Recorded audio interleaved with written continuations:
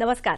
9:30च्या बातमीपत्रात मी स्वाती पाटणकर आपलं स्वागत करते. सुरुवातीला एक नजर ठळक बातम्यांवर.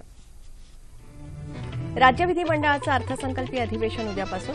अर्थसंकल्प राज्याच्या हिताचा असेल अशी मुख्यमंत्र्यांची ग्वाही.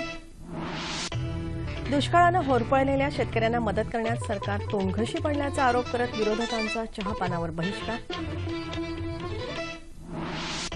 महाराष्ट्र आणि तेलंगणा यांच्यात 5 सिंचन करारांवर स्वाक्षऱ्या. 18 लाख हेक्टर क्षेत्र सिंचनाखाली येण्याची अपेक्षा. कर्मचारी भविष्य निर्वाह निधीवर कर लावण्याचा केंद्रीय अर्थसंकल्पातला प्रस्ताव मागे.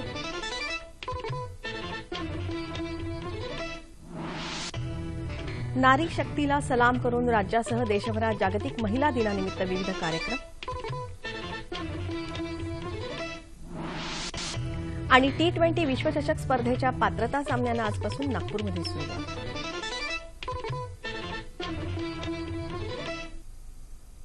आणि आता सविस्तर वृत्त. यंदाच्या वर्षी राज्यात अभूतपूर्व दुष्काळी परिस्थिती आहे. यासाठी केंद्र सरकारकडून राज्याला 3,000 कोटी रुपयांची मदत जाहीर झाली आहे. लवकरच 2,000 कोटी रुपयांचं वितरण होणार आहे अशी माहिती मुख्यमंत्री देवेंद्र फडणवीस यांनी दिली आहे. दुष्काळी परिस्थितीबाबतच्या उपाययोजनांसाठी हा निधी शेतकऱ्यांपर्यंत नक्कीच पोहोचवला जाईल असा विश्वास त्यांनी व्यक्त केला.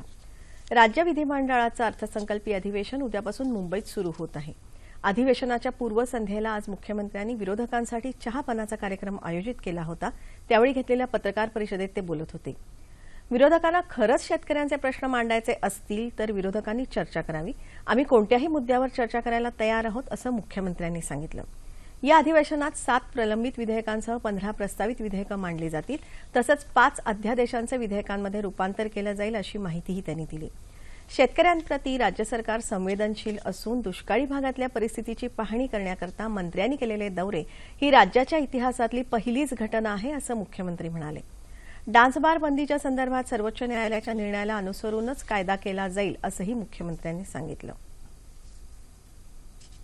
दुष्काळानं होरपळून निघालेल्या शेतकऱ्यांना मदत करण्यात भाजपा शिवसेनेचं सरकार तोंडघशी पडलं असून राज्यातल्या विविध समस्या सोडवण्यातही सरकारनं हलगर्जीपणा केला आहे असा आरोप विरोधी पक्षांनी केला आहे. उद्यापासून सुरू होणाऱ्या विधिमंडळाच्या अर्थसंकल्पीय अधिवेशनाच्या पार्श्वभूमीवर सरकारनं आयोजित केलेल्या चहापानावर विरोधकांनी आज बहिष्कार घातला. सरकारनं दुष्काळी पर्यटन करून जुन्याच घोषणा नव्यानं जाहीर केल्या असा आरोप करत मराठवाड्याच्या दुष्काळी भागाचा दौरा करून मंत्र्यांनी काय साध्य केलं याचं उत्तर मुख्यमंत्र्यांनी द्यावं असं विधानसभेतले विरोधी पक्षनेते राधाकृष्ण विखे पाटील यांनी म्हटलं आहे. सरकारनं विविध पॅकेजेसच्या नावाखाली शेतकऱ्यांना दिलेलं अनुदान बहुतांश शेतकऱ्यांपर्यंत पोहोचलेलं नाही. कापूस उत्पादकांना या मदतीतून वगळण्यात आलं.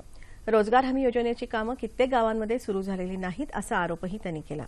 Make in India, make in Maharashtra योजनेत मोठा घोळ असल्याचा आरोप विधान परिषदेचे विरोधी पक्षनेते धनंजय मुंडे यांनी यावेळी केला. तसंच डान्सबार बंदीबाबत सरकारच्या भूमिकेवर प्रश्नचिन्ह उपस्थित केलं. राज्यात कायदा आणि सुव्यवस्थेची स्थिती सातत्याने ढासळत असून स्वतः पोलिसच असुरक्षित असल्याचं मुंडे म्हणाले. राज्य विधिमंडळाचं अर्थसंकल्पीय अधिवेशन उद्यापासून मुंबईत सुरू होत आहे. अधिवेशनापूर्वी आज सर्वपक्षीय नेत्यांची बैठक आयोजित करण्यात आली. विधान परिषदेचे सभापती रामराजे नाईक निंबाळकर आणि विधानसभा अध्यक्ष हरिभाऊ बागडे यांनी दोन्ही सभागृहांचं कामकाज सुरळीत चालावं यासाठी ही बैठक बोलावली होती. अधिवेशन सुरळीत चालावं यासाठी आम्ही एक पाऊल पुढे राहू, मात्र दुष्काळासारख्या महत्वाच्या मुद्द्यांवर सकारात्मक निर्णय झाले पाहिजेत असं विधान परिषदेतले विरोधी पक्षनेते धनंजय मुंडे यांनी बैठकीनंतर पत्रकारांना सांगितलं. महाराष्ट्र आणि तेलंगण यांच्यात आज मुंबईत 5 सिंचन करारांवर स्वाक्षऱ्या करण्यात आल्या. मुख्यमंत्री देवेंद्र फडणवीस आणि तेलंगणचे मुख्यमंत्री के चंद्रशेखर राव यांच्यात आज सकाळी झालेल्या उच्चस्तरीय बैठकीत हे करार झाले. दोन्ही राज्यातल्या शेतकऱ्यांना फायदा व्हावा यासाठी गोदावरी आणि पैनगंगा नद्यांवर 5 ठिकाणी बंधारे बांधण्यात येणार आहे. महाराष्ट्र सरकार राजापेठ आणि पेन पहाड हे बंधारे बांधणार असून पैनगंगा नदीवर तेलंगण चनक कोराटा बंधारा बांधणार आहे. तेलंगण प्राणहिता या गोदावरीच्या उपनदीवर थम्मीदिहत्ती आणि गोदावरी नदीवर करीमनगर जिल्ह्यात मेडीगड्डा हे बंधारे बांधणार आहे. मेडीगड्डा प्रकल्पाचं पाणी दोन्ही राज्य वाटून घेणार आहेत. हे सर्व प्रकल्प पूर्ण झाल्यावर दोन्ही राज्यातलं 18 लाख हेक्टर क्षेत्र सिंचनाखाली येणार आहे. नुकत्याच सादर झालेल्या केंद्रीय अर्थसंकल्पात सुचवण्यात आलेला कर्मचारी भविष्य निर्वाह निधीवर कर लावण्याचा प्रस्ताव सरकारनं मागे घेतला आहे. केंद्रीय वित्तमंत्री अरुण जेटली यांनी आज लोकसभेत या संदर्भात केलेल्या निवेदनात ही माहिती दिली. अर्थसंकल्पात हा कर प्रस्तावित केल्यानंतर विविध राजकीय पक्ष आणि कामगार संघटनांनी या निर्णयावर टीका करताना हा प्रस्ताव मागे घेण्याची मागणी केली होती।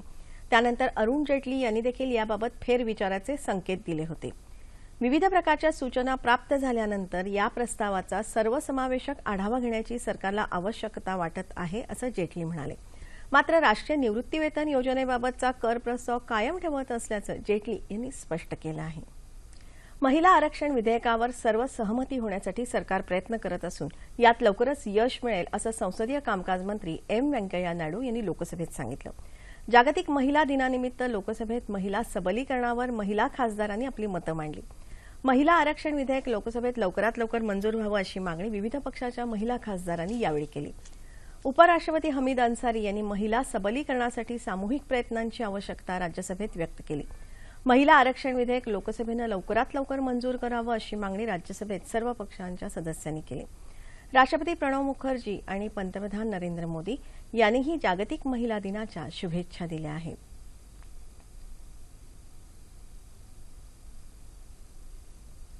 दरम्यान आंतरराष्ट्रीय महिला दिनानिमित्त राष्ट्रपती प्रणव मुखर्जी यांच्या हस्ते राष्ट्रपती भवनात आज नारी शक्ती पुरस्कारांचं वितरण करण्यात आलं। त्यात राज्यातल्या प्रीती पाटकर, ज्योती म्हापसेकर, सिस्टर लुसी कुरियन आणि शकुंतला मुजुमदार या कर्तबगार महिलांचा समावेश आहे।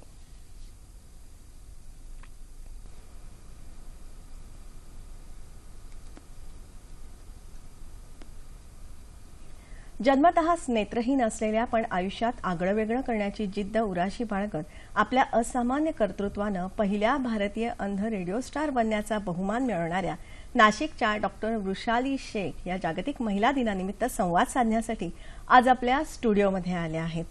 नमस्कार वृषालीताई, 9:30च्या बातम्यांमध्ये आपलं स्वागत। आणि खरंच आज जागतिक आपला महिला दिन आहे आणि त्या महिला दिनाचा औचित्य म्हणा किंवा आजचा अक्षरशः साजरा होतोय कारण आज तुम्ही आमच्याशी गप्पा मारायला आलेले आहात। रेडिओ जॉकी हे कसं काय, म्हणजे जन्मतःच आपल्याला हे आहे आणि कसं काय तुम्ही सगळं साध्य केलं? ऍक्च्युली ज्याला आवड असते, इच्छा तिथे मार्ग असं म्हणतात।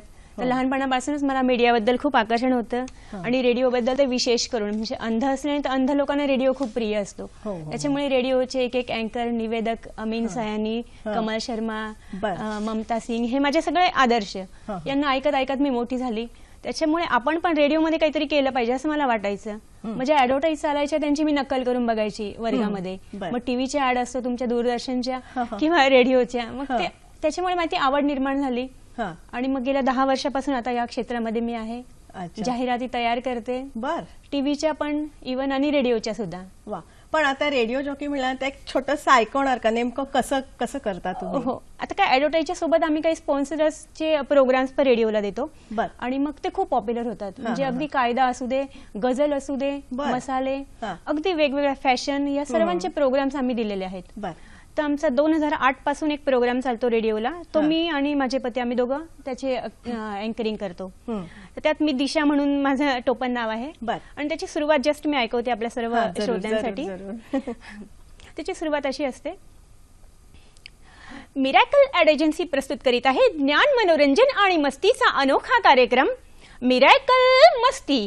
हाय फ्रेंड्स, गुड मॉर्निंग, दिशा आहे तुमच्या सोबत आणि आज खास स्पेशल महिला दिनाच्या सर्वांना शुभेच्छा। आणि ज्या ज्या क्षेत्रामध्ये ज्या ज्या महिलांनी अतिशय अतुलनीय असं काम केलं आहे त्या सर्व महिलांच्या कार्याला, त्यांच्या सर्व अशा कर्तृत्ववान महिलांना आपण सलामी देऊया आणि आपला सुरू करूया आपला हा फेवरेट शो मिरॅकल मस्ती। अरे वा वा वा वा, खूप छान खूप छान। आता जागतिक महिला दिनाचा तुम्ही आता उल्लेख केलेलाच आहे। काय वाटतं तुम्हाला महिला दिनानिमित्त, काय वाटतं महिलांसाठी काय करायला पाहिजे? तुम्हाला तर ज्या अडचणी येतात त्या वेगळ्या, पण काय वाटतं तुम्हाला? ऍक्च्युली आपण घरामध्ये पण सेलिब्रेट करतो, बालदिन असू दे, युवा दिन, हे तर आपण सेलिब्रेट करतो, पण घरामध्ये बर्थडे साजरी करतो। तर तो एक स्पेशल दिवस त्या व्यक्तीसाठी असतो की त्या निमित्ताने त्या व्यक्तीचे अधिकार, त्या व्यक्तीचे हक्क याचा आपण विचार करतो। तसा महिला दिन हा डेफिनेटली मला तरी वाटतं सेलिब्रेट झालाच पाहिजे, म्हणजे होतोय अतिशय चांगल्या पद्धतीने। आणि त्या निमित्ताने काय होतं की ज्या महिला ज्यांनी वेगवेगळ्या क्षेत्रामध्ये असे कामं केले आहेत, खूप पुढे आल्या आहेत आणि येतात पण आहे, इव्हन आता महिला खूप साऱ्या फील्डमध्ये आपण बघतो की त्या खूप अचीवमेंट अशी त्यांची आहे। तर त्या महिलांना या निमित्ताने काही ना पण बहुमान दिला जातो, त्यांच्या कार्याचा सन्मान केला जातो आणि तो एक ऑकेजन असतं आणि मला वाटतं हे सेलिब्रेशन व्हायलाच पाहिजे, का नको व्हायला. बरोबर. इव्हन पुरुषांना वाटलं त्यांनी पण त्यांचं सेलिब्रेट करावं ना, जसं 8 मार्च आपलं त्यांनी 8 एप्रिल करावं, नो प्रॉब्लेम. खूप चांगली सूचना आहे. मला असं म्हणायचं, आजपर्यंत तुमची ही जी वाटचाल झाली, हो. शिक्षण असेल म्हणा किंवा आज रेडिओ जॉकी पर्यंत, हा प्रवास नेमक्या अडचणी कशा आल्या, काय केलं, कसा हा प्रवास, डॉक्टर म्हणजे तुम्ही नेमकं डॉक्टरेट काय आहे? नाही, डॉक्टर म्हणजे मी naturopathy, alternative medicines, yoga, massage, acupressure या सर्वांचं मी एज्युकेशन घेतलं. पण ते जस्ट फॉर स्वतःसाठी, आपली हेल्थ चांगली राहावी आणि आपले काही जवळचे लोक, त्यांना एक व्हॉलंटरी मी काही सजेशन्स देत असते हेल्थ बद्दलचे. आणि राहिला प्रश्न माझ्या ह्या रेडिओ फील्ड बद्दलचा, तर लहानपणापासूनच कमी दिसतं. म्हणजे 8-10 वर्षाची असल्यापासून माझी डोळ्यांची व्हिजन खूप कमी व्हायला लागली. पडद्यावर काळे स्पॉट्स, त्याला आरपी प्रॉब्लेम म्हणतात, तर ते वाढत गेलं. आता तर मला जस्ट 10-15% एवढंच दिसतं. पण आपण असं काही वेगळं करावं असं मला नेहमीच वाटायचं लहानपणापासून. म्हणजे जशी अभ्यासामध्ये गती होती तशी माझी या फील्डमध्ये पण गती आणि रुची वाढायला लागली. आणि अडचणी याच्यात खूपच मला तशा आल्या गेल्या 10 वर्षामध्ये, की मेन प्रॉब्लेम काय, की माझे लिमिटेशन्स आहे, मला कमी दिसतं. पण मग परमेश्वराने दुसरी मला शक्ती दिली, मला त्यांनी मेमरी दिली चांगली. आणि त्याच्याने मी काय करते, बरेच सारे पॅरा असतील, खूप सारे व्हॉइस ओव्हरच्या गोष्टी असतील, त्या मी बाय हार्ट करते. बापरे, मग हे पाठांतर करायला वेळ लागतो का, एकदा ऐकल्यानंतर लगेच होतं?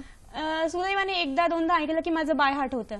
आणि मी तो महत्वाचा मुद्दा काय आहे त्याच्यामधला तो मी जाणून घेते. आता मला अँकरिंग एखाद्या प्रोग्रामची करायची असेल, एखाद्या फॅशनच्या टिप्स द्यायच्या असतील. तुम्ही अँकरिंग पण करता? हो हो, जे रेडिओचे प्रोग्राम्स, आता आमचे काही प्रोग्राम्स खूप पॉप्युलर आहेत. जसं मिरॅकल मस्ती बोलली मी, तसा मिरॅकल मसाला आहे, तो दर दिवाळीला आम्ही एक मसालेवाले त्यांच्या स्पॉन्सरशिपने देतो. मग त्यात मी किचन टिप्स सांगते, काही रेसिपी शिकवते मी. पण रेसिपी शिकवता म्हणजे घरामध्ये स्वयंपाक तुम्ही करता, काय काय? हो, मी स्वतः पण करते.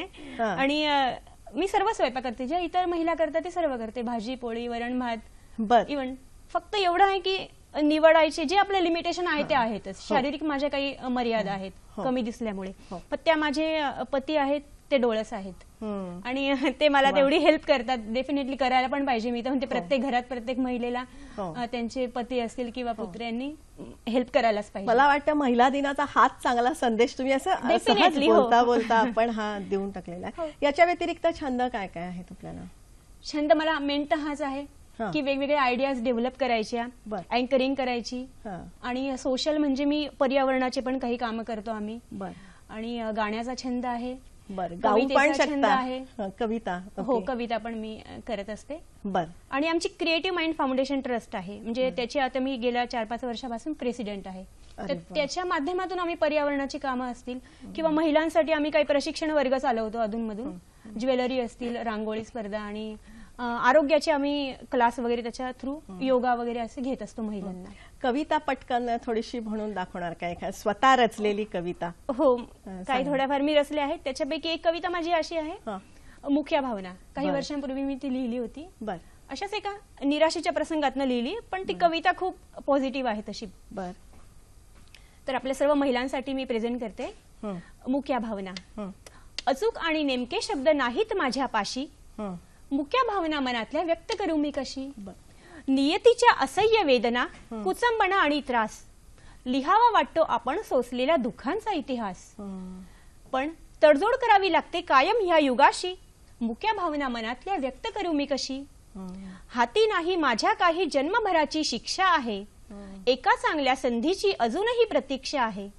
द्यावी त्याने ही संधी मागणे मागते त्याच्या पाशी, मुख्य भावना मनातल्या व्यक्त करू मी कशी. आणि शेवटचं कडवं असं आहे, संधी मिळता क्षणीच भरून निघेल सारी उणीव, संधी मिळता क्षणीच भरून निघेल सारी उणीव, खऱ्या खुऱ्या शक्तीची माझ्या होईल जगाला जाणीव.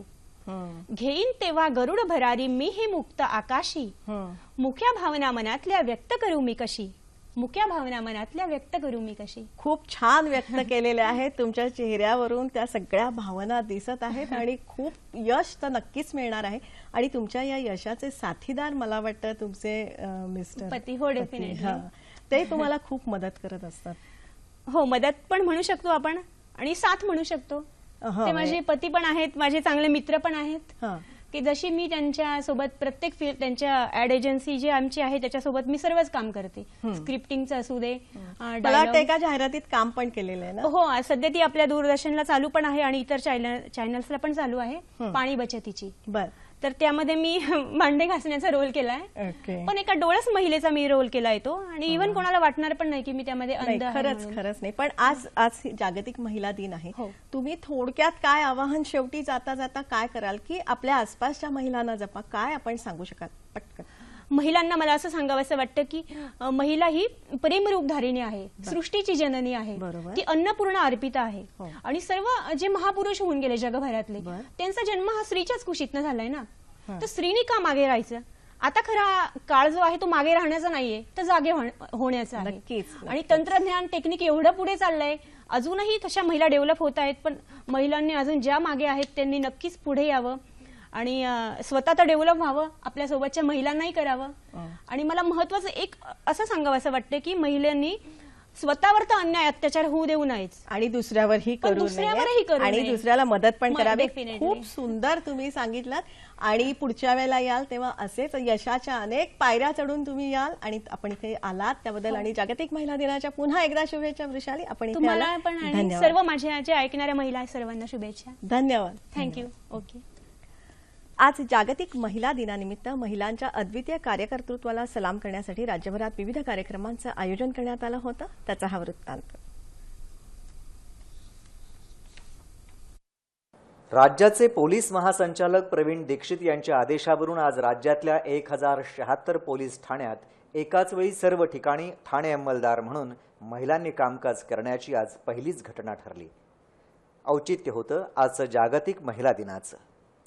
औरंगाबाद शहरातल्या 16 ठाण्यांवर आज सकाळी 9 ते रात्री 8 वाजेपर्यंत महिला पोलीस अधिकारी आणि कर्मचारी ठाणे अंमलदार म्हणून महिलांनी काम केलं. मुंबईतही या दिनाचं औचित्य साधत 25 महिला संस्था आणि संघटनांनी कोतवाल गार्डन ते अमरहिंद मंडळापर्यंत रॅली काढली. तसंच राज्याच्या महिला आणि बालकल्याण मंत्री पंकजा मुंडे यांच्या प्रमुख उपस्थितीत वर्ल्ड ट्रेड सेंटर इथं कार्यक्रमाचं आयोजन करण्यात आलं होतं. यावेळी भरतनाट्यम नृत्याविष्कार सादर करण्यात आला. मुंबई उच्च न्यायालयाच्या अधिवक्ता संघटनेच्या वतीनं आयोजित कार्यक्रमात न्यायमूर्ती विजया ताहिल रमानी यांच्या हस्ते उल्लेखनीय शैक्षणिक कर्तृत्वासाठी डॉक्टर रोशन शेख हिला विमेन्स अचिव्हर अवॉर्ड देऊन गौरवण्यात आलं. अहमदनगर महानगरपालिकेच्या वतीनं महिला दिनानिमित्त आरोग्यविषयक व्याख्यानाचं आयोजन करण्यात आलं होतं. सोलापूर श्रमिक पत्रकार संघाच्या वतीनं प्रसारमाध्यमात काम करणाऱ्या महिला पत्रकार, निवेदिका, फोटोग्राफर यांचा सत्कार करण्यात आला. धुळे जिल्ह्यात एक धाव महिलांच्या सन्मानासाठी या महिलांचा सहभाग असणाऱ्या महापौर मॅरेथॉनचं आयोजन करण्यात आलं होतं. बीड जिल्ह्यातील माजलगाव इथल्या महिलांनी एकत्र येऊन महिलांसाठी स्त्रीभ्रूण हत्या, हुंडाबंदी आणि महिलांच्या आरोग्याच्या संदर्भात जनजागृती करण्यासाठी पथनाट्य सुरू केलं. कोल्हापुरातही महिला दिनानिमित्त बचत गटातल्या महिलांचा मेळावा आयोजित करण्यात आला होता. जिल्हाधिकारी अमित सैनी यांनी या मेळाव्याला मार्गदर्शन केलं. बुलढाणा जिल्ह्यातील चिखली इथं महिलांसाठी कबड्डी, संगीत खुर्ची, लंगडी, लगोरी या पारंपरिक क्रीडा स्पर्धेचं आयोजन करण्यात आलं होतं. नागपुरात आयोजित कार्यक्रमात विविध क्षेत्रात उत्कृष्ट कार्य करणाऱ्या महिलांचा सत्कार करण्यात आला. वाशिम इथंही स्वच्छ भारत अभियानात उल्लेखनीय कार्य करणाऱ्या महिला पदाधिकारी आणि अधिकाऱ्यांचा सत्कार करण्यात आला. जालना जिल्ह्यात महिलांच्या सुरक्षेसाठी पोलिसांनी खास महिला सुरक्षा ॲप तयार केलं आहे. रायगड इथंही महिलांच्या उपजत कलागुणांना वाव देण्याच्या हेतूनं महिला कला महोत्सवाचं आयोजन करण्यात आलं होतं.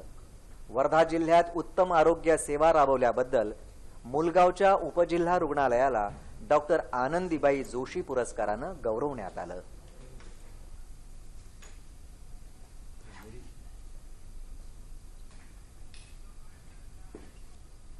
थायलंडचे उपपंतप्रधान जनरल थानासाक प्रतिमा प्रकोण यांनी आज मुंबई दूरदर्शन केंद्राला भेट दिली. पर्यटन आणि चित्रपट उद्योगाला दोन्ही देशांमध्ये उत्तम संधी असून या क्षेत्रात भारत आणि थायलंड परस्परांच्या सहकार्यानं उत्तम प्रगती करू शकतात असं त्यांनी यावेळी सांगितलं. दूरदर्शन केंद्रामधील तंत्रज्ञान उत्तम असल्याचं ते म्हणाले.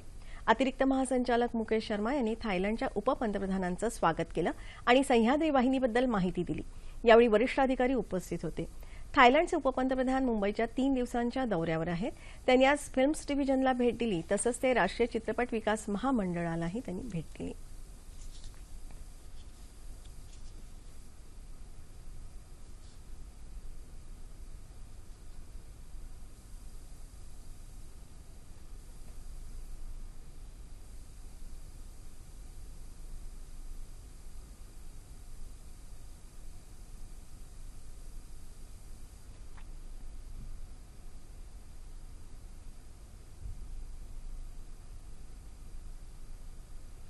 पुण्यात आयोजित फोर्स 18 या आसियान देशांच्या लष्करी सरावामुळे परस्परांमधील सौहार्द वाढेल तसंच शांतता प्रक्रियेला मदत होईल असं मत लष्कर प्रमुख जनरल दलबीर सिंग सुहाग यांनी व्यक्त केलं. पुण्यात आयोजित फोर्स 18 या सर्वात मोठ्या बहुराष्ट्रीय लष्करी सरावाच्या समारोप सोहळ्यात ते आज बोलत होते. आठवडाभर चाललेल्या या सरावात सहभागी झालेल्या जवानांचा प्रशस्तीपत्र देऊन गौरव करण्यात आला. 80 परदेशी प्रतिनिधी या कार्यक्रमाला उपस्थित होते. यावेळी मल्लखांब आणि लष्करी प्रात्यक्षिकांचं सादरीकरण करण्यात आलं.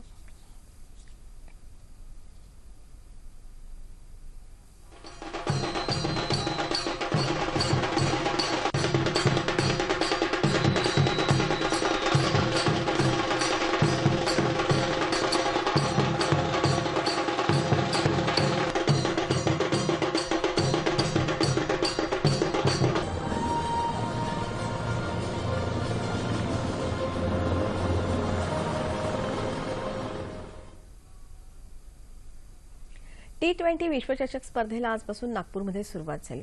या स्पर्धेत आज ब गटातल्या पात्रता फेरीच्या पहिल्या सामन्यात झिम्बाब्वेनं हाँगकाँगवर 14 धावांनी विजय मिळवला. पात्रता फेरीचा दुसरा सामना अफगाणिस्तान आणि स्कॉटलंड यांच्यात होते. अफगाणिस्ताननं नाणेफेक जिंकून प्रथम फलंदाजीचा निर्णय घेतला. अफगाणिस्ताननं स्कॉटलंडसमोर 171 धावांचं लक्ष्य ठेवलं आहे. अ गटातले पात्रता फेरीचे सामने धरमशाला इथे उद्या होणार आहेत. स्पर्धेतले सुपर 10 सामने 15 मार्चपासून सुरू होणार आहेत. भारत यंदा प्रथमच T20 विश्वचषक क्रिकेट स्पर्धेचं यजमानपद भूषवत आहे. हवामान. येत्या 24 तासात संपूर्ण राज्यातील हवामान कोरडं राहील असा अंदाज हवामान विभागानं वर्तवला आहे. तापमान अंश सेल्सिअसमध्ये. मुंबई कमाल तापमान 34, किमान 21. नागपूर 37 आणि 20. पुणे 35, 16. औरंगाबाद कमाल उपलब्ध नाही, किमान 19. नाशिक 34, 15. कोल्हापूर 36, 22. रत्नागिरी 33, 19. सोलापूर 38, 25. आणि अमरावती 37 आणि 21. ठळक बातम्या पुन्हा एकदा. राज्य विधिमंडळाचं अर्थसंकल्पीय अधिवेशन उद्यापासून. विरोधकांच्या कोणत्याही मुद्द्यावर चर्चा करण्याची सरकारची तयारी. मुख्यमंत्री. दुष्काळानं होरपळलेल्या शेतकऱ्यांना मदत करण्यात सरकार तोंडघशी पडल्याचा आरोप करत विरोधकांचा चहापानावर बहिष्कार. महाराष्ट्र आणि तेलंगणा यांच्यात 5 सिंचन करारांवर स्वाक्षऱ्या. 18 लाख हेक्टर क्षेत्र सिंचनाखाली येण्याची अपेक्षा. कर्मचारी भविष्य निर्वाह निधीवर कर लावण्याचा केंद्रीय अर्थसंकल्पातला प्रस्ताव मागे.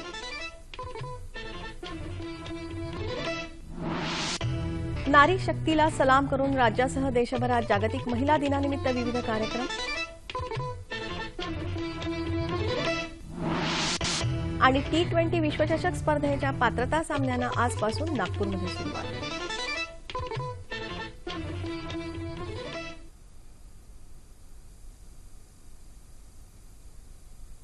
याबरोबरच हे बातमीपत्र संपलं. पुन्हा भेटूया उद्या सकाळी 8:30 वाजता आपल्या सह्याद्री वाहिनीवर. नमस्कार.